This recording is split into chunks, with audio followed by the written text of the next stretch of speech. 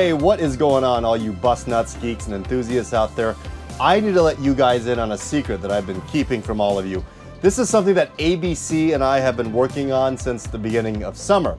Starting next Tuesday, July the 25th, I will be driving an all-electric double-decker Van Hool TDX 25E across the entire United States of America, from Newark, California, all the way to Winter Garden, Florida. The awesome folks at ABC Companies have not only supplied me with the bus, but they've sponsored and paid for this entire trip. And best of all, they're letting me bring my wife and kids, so my family will be riding with me on this trip as well. Also joining me on this trip is none other than Dennis Utley, who's the Vice President of Peoria Charter, and his wife, Tracy. The entire trip will be roughly 3,000 miles from the West Coast all the way to the East Coast. And according to Google Maps, if we drive straight through, it'll take 41 hours to complete. Now, obviously, we're not going to be driving the entire trip straight through. I mean, especially being in an all-electric bus. With the need to recharge every 200 to 250 miles and stopping to eat and sleep and, you know, enjoy some of the scenery, it's going to take about 10 days to complete the entire trip. Now, keep in mind, I don't know anything about operating an all-electric bus. The only time I've ever driven an all-electric vehicle in my life was the time that ABC invited me to visit their very impressive facility, and I got to drive their all-electric Van Hool CX45E for about 30 minutes. I actually made a video of this trip a while ago. I'll put the link up here and down below if you guys want to check that video out. But that's the only time I've ever driven an all-electric bus. I've never even driven an all-electric car. And that's why Roman Cornell, the president of ABC Companies, and Tom Peebles, the vice president of marketing for ABC, have asked me to do this trip.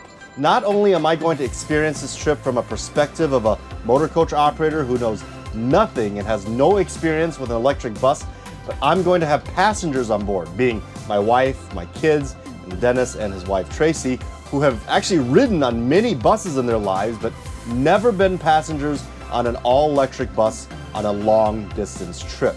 And best of all, it's a double-decker. And of course, I'm going to be vlogging the entire experience for you guys. Now, if you guys want to actually follow along on my trip, I'm going to actually try to live stream on my Motor Coach World's channel for about 15 to 30 minutes every day while I'm actually on this trip, so that I can keep all of you updated on where I'm at and all the fun, the goods, and the bads that I'm going to experience throughout the journey.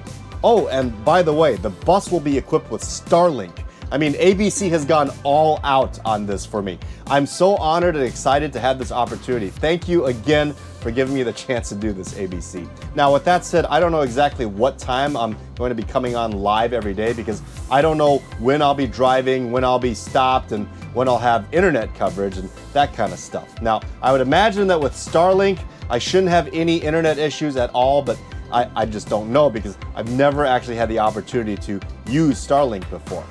On top of the daily live streams, I will also make a vlog of the entire trip, which will come out on my other channel, Jay Wang Vlogs, once I return and have the chance to edit all the footage. If you guys haven't checked out my other channel yet, go check it out. I'll put the link down below.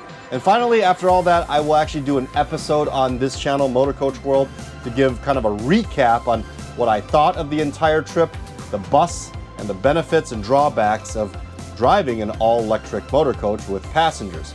Now, folks, like I've already explained to Roman Cornell, the president of ABC, and Tom Peebles, the VP of marketing at ABC, I'm going to be sincere and honest about the entire experience. I'm not going to sugarcoat anything. I will do my best to give all of you viewers an idea of what it's like to drive an all-electric motor coach across the entire United States of America, as well as give all of you the perspectives from my wife and kids, who are the passengers. And honestly, I'm already kind of experiencing the nuances of operating an all-electric coach bus on a long-distance trip, because we've had to already plan out and plot the entire trip so that we don't run out of battery in between charging stations.